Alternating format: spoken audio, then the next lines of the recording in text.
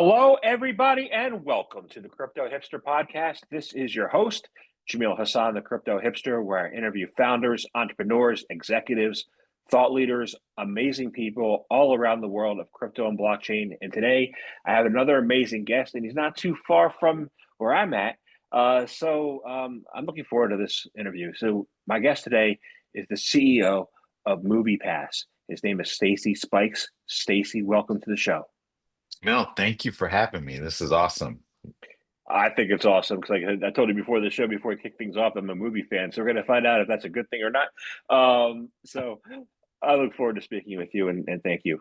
So let's kick things off, and I'll ask you first. The first question is, what is your background, and is it a logical background for what you're doing now? My background, I was I'm going to go way back.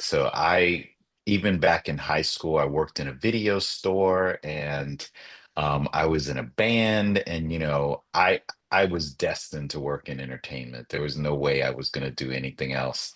Um, and so having all that background and kind of coming up through the ranks, I came up through the studio system. I worked at Sony, I worked at Miramax, I worked inside Universal, and then spun off and created my own company. And we had this conference that happened once a year, and then we wanted to figure out a way to make it year round. And that's how we developed the idea of MoviePass. And one thing led to another, and we ended up having an exit. And then I bought it back after COVID. The company that had bought it went bankrupt. I bought it back and relaunched the company. And what was really exciting was Animoca led the comeback. They were the first investors. And so with Yad and that team, we started talking about the advantages of Web3 and most recently we announced our new product that's going to be on the Sui blockchain with the Miston team. So we'll dive into all of that, but that's yes, I think I'm in the right place. Awesome. My first job, and it's not on LinkedIn, you can't see it, but I was an AMC movie theater manager Ah, that's so great. What location or where were you? in Deptford, New Jersey. Okay, great. I And love it. opening day, we had two theaters back to back where we streamed like The Lion King between two projectors, Yep. and we dropped the movie on the floor. So, and we had to refund like 1,000 people. You know, that was not a fun experience, but I learned how to move movies after that. There's some So, there's some kids that were traumatized for that, They came to see Lion King and they got a refund. yeah, yeah. That's But great. yeah, but it was a great movie. So I want to find out, what Movie Pass was all about, and including your vision and your mission. Sure. It was kind of simple. It was like we wanted to make Netflix for movie theaters, and we wanted this pay once and go all you want kind of approach. And we saw so many of the media and entertainment sectors going that way, from Spotify to Pandora to Netflix to you even had some things like Birchbox and others that were there was so much subscription where you were kind of giving people these unlocked gardens that they could just do whatever they wanted. And we saw that there was a need for that in the movie industry. And it proved itself out. Today, 60% of movie theaters now have a subscription service, which before that, no one did. So it actually ended up working and it took effect and it's benefiting the industry as a whole. Got it. So how do you differ then, like like I mentioned AMC, like movie watching program or Yeah. Regal Reward or whatever? How do you differ from those? Yeah, so MoviePass lets you go anywhere where you can only use it at their theaters. So ours is all theaters as long as they accept major credit cards, you can use your MoviePass. So the best way to think of it is if you're remote and maybe you only have one theater in your area, we might not be the right fit for you. But if you live in a major city, which is where most of our members are, you're on average going to go to two or three different theaters. So we're in New York. And so, for example, when I want to do IMAX or a big popcorn movie, I'm going to go to AMC or Regal. But when I want to do art house or calendar or the old black and whites, I'm going to go to Angelica or Film Forum. And so the beauty of MoviePass is I can wake up and decide at that very moment I'm going to go see art house or I'm going to go see this, and I get to go wherever I want, and I get around the same amount of savings, but I get the freedom of a go anywhere plan. Got it. So it sounds exciting. So you are helping audiences get excited about going to movies again because for a while people were not excited. It became droll, but there's some seems to be some excitement in the industry again. So how do you help with that? Yeah, I mean, our big focus was we focus on frequency. So get people back in the habit of going, not every single time I need to think about, is this a financial decision that makes sense? Should I spend my time and go to see this movie? You take away that friction when it's like, well, I already paid. I can go to the movies as often as I want. And reducing that friction was key to us. They talk about decision fatigue. Where should I go? When should I go? Who should I go with? What's the reviews? What time does it start? Like all of those things you can say, well, I have a movie pass. I can just step into this theater. I'll go to that show and you don't need to think about it. And that was the magic of Movie Pass. And we increased movie going by 111% to anybody who joined the service, which is a huge number. I think I'm joining the service for the summer. Yeah, So yeah, yeah, yeah. uh, Yeah, I we just had so we're just running an annual promotion right now that we started for June. And people the average person on MoviePass saves around 33 to 40% on movie tickets.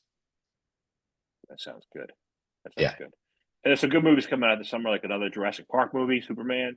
You know, they have a good lineup. We got Ballerina from the John Wick series coming. It's yeah, and even in the fall, we got the second part to Wicked. We've got um, you know, just a lot of great stuff coming. So I'm thrilled about it.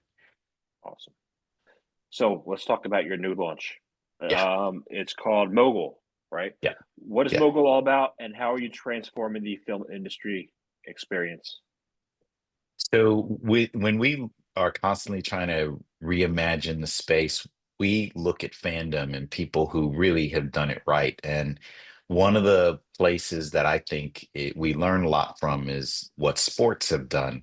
And if you're familiar with fantasy sports or daily fantasy sports leagues, what they've done is they not only increase engagement among those members, but they overall expand the pie of how people can engage in a game, and it's not just you watch it. There's a way you can wager, you can create your fantasy league, you can compete against your friends about who knows what and who's more intelligent about who's going to score and how. And what we realize is you can do the same thing with the movie industry, and no one had launched anything like it. So we said let's introduce the first fantasy league for Hollywood. And in that, you will be a studio head. You're going to be able to pick your movies. You're going to be able to pick your actors and your directors. And you're competing against your friends and against the leaderboard and how well you can accurately predict the outcome of events. And so that's basically what we're bringing. And we think it's going to drive fandom in a lot of ways. So I'll give you an example. Um, when the Taylor Swift concert film was coming, the previous film that had been in that category that had grossed the most was the Justin Bieber concert film. Well, the question becomes, can the Swifties outdo the Biebs? And so when you think about it, they're like, well, can we become the highest grossing concert film in history? So they did that. 2 or 3 months later, here comes Beyonce. So can the Beehive outperform the Swifties? And can they become the biggest concert film, right? And so these are examples of not only can you the knowledge of, if I'm a fantasy studio head, do I think that the Beehive is going to beat the Swifties, and can I calculate that, and do I know what the spread's going to be? Well, that's the excitement that we kind of bring to the space by creating a fantasy league that allows people to be not just movie watchers and goers, but now you can actually play in the outcome of what happens. So your metrics that you're looking obviously are the returns to the box office. So we're looking What at box office, we're looking at per screen average, and you're looking at things like the sentiment score, your Rotten Tomatoes or your IMDb, and how well you can predict the outcome on titles around some of those factors. And then during award season, your how well can you predict who's going to win the Oscars, or who's going to win the Golden Globes or the Independent Spirit Awards. All of those things will be things you'll be able to play as well. I used to do well in those when I watched all the movies. I used to do well in the Oscars. I would always get the I would always get it right. There's a Uh, word in there I used to. I have kids, Yeah, so exactly. um, I would love to take the kids with me to the movies, but they wanted to spend time with their friends. How do you motivate people who have no time? you know, Well, there's a curve that we know in the industry. So when you're a teenager, you go to the movies, and then right around the time you get married and have kids, you fall off a cliff. And then you kind of become a streaming customer. And then whether it's streaming or HBO or television in general, and then as you ramp back up, what happens is those parents, when the kids are older, the kids come back on, and then the parents, when the kids have left the house, then you'll see the parents come back on. So there's a U curve in the behavior of how people go to the movies. And a lot of people don't realize that we compare streaming to cinema. Well, it's kind of like comparing listening to an album and making it the same as going to the concert. And they're very different things. And so cinema is the live event of the movie industry. It's the concert, it's the game, it's the and but watching a movie, whether you watch it on your phone or you're watching it at home, is kind of the equivalent of a form of distribution, but it's not the concert when I went to see Taylor Swift and I went to see the Beyonce concert, seeing those things in an auditorium with a bunch of people all singing every song and dancing is really different than if I watched it on my couch. So that's the really big difference about helping a new generation get back into the habit of that. yeah, I watch a lot on my couch now. so Yeah, yeah. Yeah, and you have kids. You fit the exact demo, but your kids are going to start going because they're going to want to get out of the house. They're going to want to go on dates. And what we found was dating and courtship. Did you know that movie going is 10 times larger than attendance at all sporting events combined? 10 times. I did not know that. Yeah, in one weekend, a single movie that grosses more than $100 million gets more attendance, one movie, than all of the people that attend all of the NFL games in an entire season. One movie. Wow. Yeah. A lot of people don't realize, but that's how big movie going is. It's still the king of the hill. It's the thing that everybody compares to. Far and away, it is still the number one out of home entertainment activity in the world. And it was the number one in my 20s was the number one way I gained calories.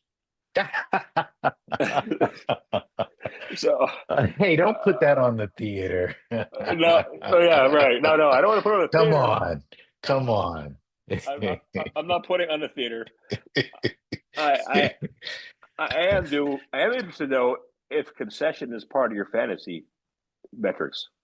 No.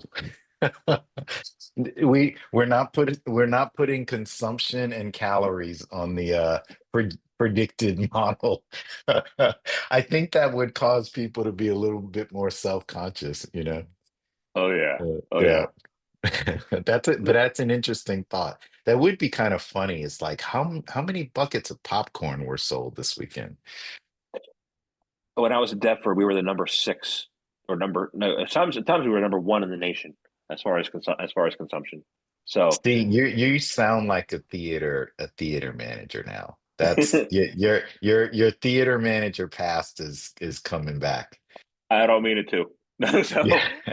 So I want to. I'd rather be a theater, or actually a movie producer. So Yeah. how can you help people like me who've only ever dreamed about being a movie producer or a director or an investor, right? Yeah. Now have better opportunities than we've ever had before. Yeah, so Mogul, the way we see it is it introduces you to the mindset of trying to understand the business as a business, understanding performance, understanding profit margin. So you really have to see it from the inside. And as more people can do that, we see the possibility of them also eventually investing in film more. And so one of the goals we have is to we call it DeFi, which is introduce decentralized film finance. So instead of guessing the weekend, you might move that line to 6 months or a year out where production and distribution happen. Those deals are happening where now those fans can participate. So at some point, we want the Beehive and the Swifties to be able to finance those pictures and have back end participation. And it's a self-fulfilling prophecy. They're also the fan base. So they're supporting their own investment, you know? So people say alternative investments. Yeah. DeFi is definitely an opportunity now. Um, Yeah. so Yeah. 100%. great. So one of the untapped areas you hear about, the market. You hear about meme coins. You hear about well, not NFTs or metaverse so much now, but you hear about DeFi. You hear about meme coins. You hear about RWA. You Yeah. don't hear as much. I thought, oh, you should, right, about fandom, right? Yeah. What are the untapped opportunities in fandom that people need to realize, that retail especially need to realize, and that could probably be something that brings it to Web3. Fandom, I think, is everything. I think meme coins, unfortunately, are um I think in some ways less reliable, right? They're just a pure hype metric. Fandom, let's take the music industry. I want you to pretend early on, we'll talk about your New Jersey days, but let's say early on you were an investor in Bruce Springsteen and you have a 30-year career that not only do you get to support, but you get to ride along with. And as this artist releases albums over a lifetime, you get to be part of that and you get to be part of that library and that catalog. With meme coins, there's no future. It's an up and down. It's like it's a one and done. There's no relationship to it. There's no pride in it. There's no longevity. What I think in the future is you get to stable coins and you get to things that are um, connected to real world assets, then fandom is going to play a much bigger role. uh, I was a kid who was deeply affected by the first Blade Runner. I think I was 10 or 11 when that came out. Well, what if I had taken my little money and I saw it and then I said, I want to put some money into Blade Runner and the spin-offs and the animation and all of the stuff and the franchise and the future revenue. What if I had done that? Well, we did the calculations, and if a little girl had invested in Barbie and put $100 in, that kid would have made $1,000 on Barbie, right? And not only did you put it in something you liked, you put it in something you believed in. And you might do the same thing for a director. You may say, I want to invest in Ryan Coogler's career. I want to invest in Greta's career. So that's what fandom has the power to do, and smart contracts will make that possible in a way that you've never been able to do in the past. And that's what I think is really exciting, and that's what I think is coming. There was a friend of mine I had when I was in high school in my early 20s. I haven't talked to him in a number of years, but he collected everything there was to collect for Star Wars. Yeah. Yeah. And he has the collectibles, he has the action figures, he has all that. But how would that have looked if it was tied to smart contracts, to DeFi? What other opportunities could he have had instead of just collecting collectibles? What could he been able to do? Yeah, I mean, I think that it takes, you would have been able to maybe put money into Lucas itself, Lucas Films. And so now Lucas could look at you as a partner, investor, a back end, or a financing apparatus with fandom. And so you're not only going to participate that, you're going to participate in things like when he's sold to Star Wars, I'm sold to Disney, and other aspects that I think smart contracts will make that easier. It'll make it doable. It'll make it traceable. Um, and then you haven't had the ability to have, when Kickstarter first happened, there was no back end participation. So you can only get so much money when people are giving it away, knowing they're never going to see anything. But when you're able to do smart contracts, I think the sky is limitless about the possibilities. And that's why I'm really excited about it. So it sounds exciting. I have maybe it might be an opportunity for investment. I don't know. A lot of films, they don't start. I mean, some do start out in the major production studios, right? Mhm. So with democratizing DeFi, you're able to let people invest in the studio, or where a lot of films start out, which is the festival scene circuit, right? How do you see that playing out, where people could find the most opportunities? I would come at it from a different perspective, and this is where I'm going to get a lot pretty deep in inside baseball. I think if you look at Ryan Coogler's deal, where after 25 years, the rights are going to resort back to him. And if for those who don't know, he was the Black Panther director and also directed Sinners. And so what's unique about that is, imagine Ryan goes into the negotiation and says, I've already financed half the picture, right? And he's going into a distribution deal with half the funding already done. Well, that really changes not only what he can negotiate for, but what the back end can look like for him and his fan base. And so that's where I think it becomes more powerful. The studios are largely a distribution system for production companies. So if you think about Marvel, and you think about Star Wars, and you think about Pixar, and you think about National Geographic and everything under the Disney, yes, it owns those entities, but they're distribution deals that Disney is then getting the rights to distribute all of that content. And that's where I think it becomes quite powerful for creators. Creators now can come in the room with their own money, and they can negotiate and have freedoms that they never had before. Right now, you're entering a creative indentured servitude until you become so big and so successful that you can break out of that. But if not, you most artists are entering, chains that they're never going to break from. We saw Prince, you know, change his name to a symbol and talk about being a slave, and I need to leave these contracts, because those contracts can be very, very constrictive and soul crushing. There's many artists who've not been able to get out of them, from Sinead O'Connor to Terrence Trent D'Arby, that they literally changed their name just to be able to continue to be an artist.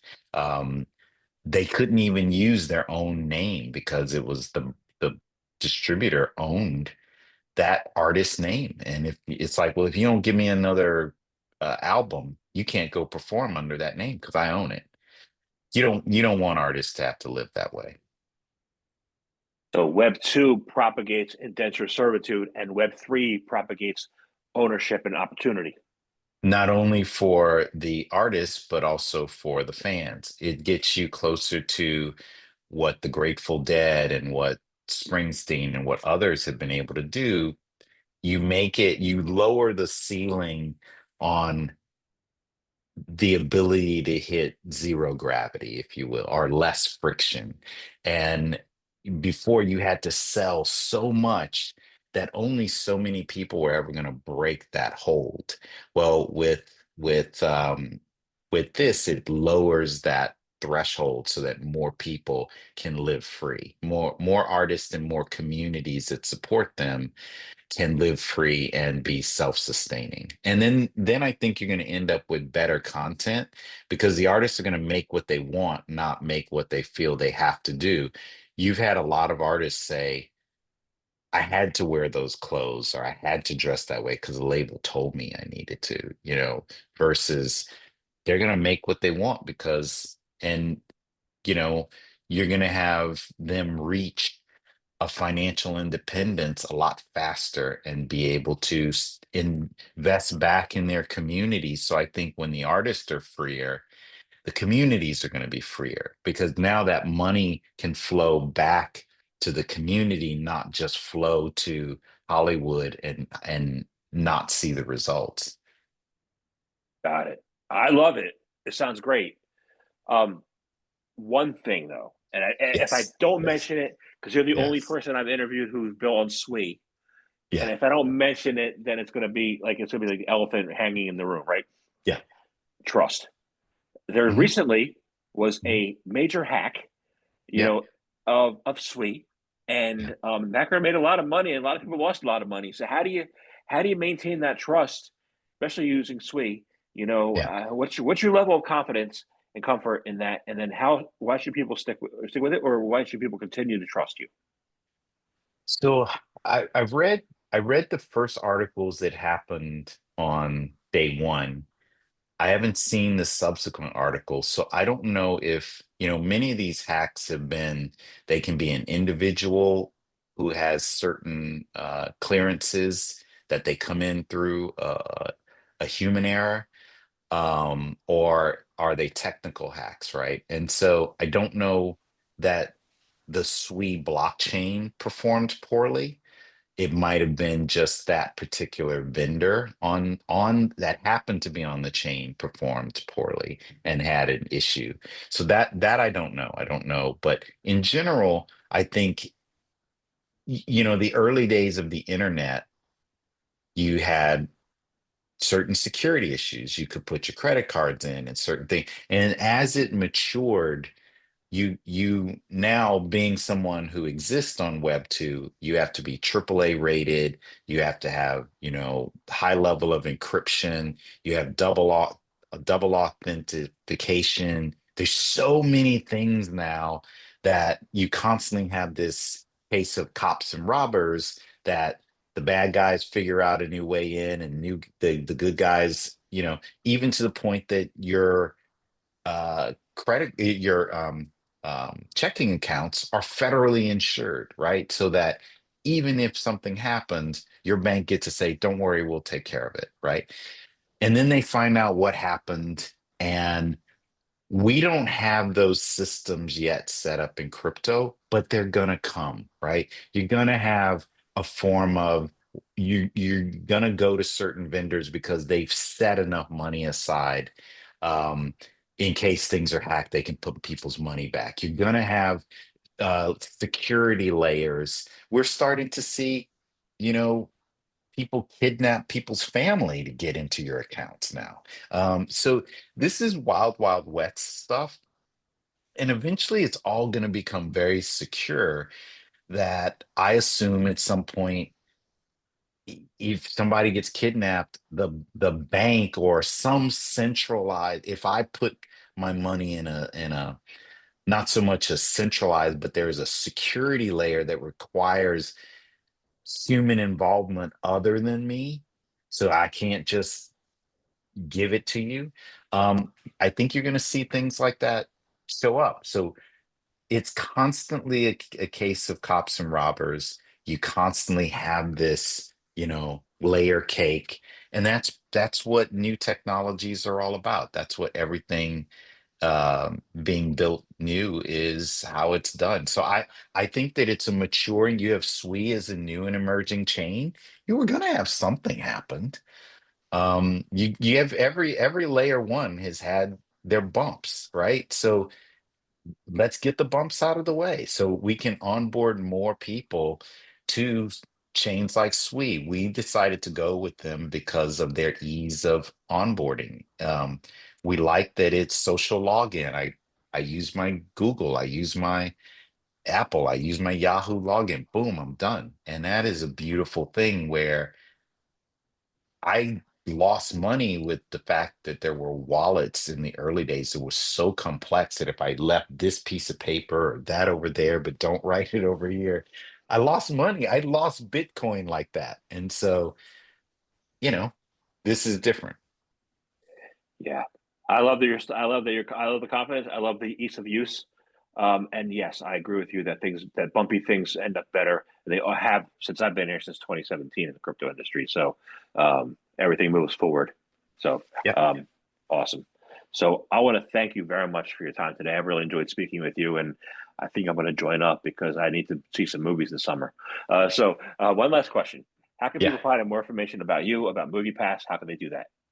Sure. So MoviePass is easy. Just go to moviepass.com. That is or you can go download the MoviePass app. It's free to download. And then if you like it, sign up for a plan that works for you. And then in regards to Mogul, that's going to be really exciting. Look for some community rewards that's coming, and that's at mogul.moviepass.com.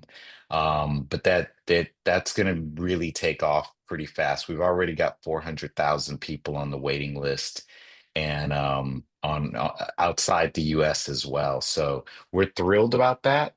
And it's the first time we're introducing a new product in more than 12 years. So it's a new category, a brand new product, and we're hoping for some exciting traction. So please check that out as well. Awesome. Thank you very much for your time today. Well, thanks, buddy. Have a great day.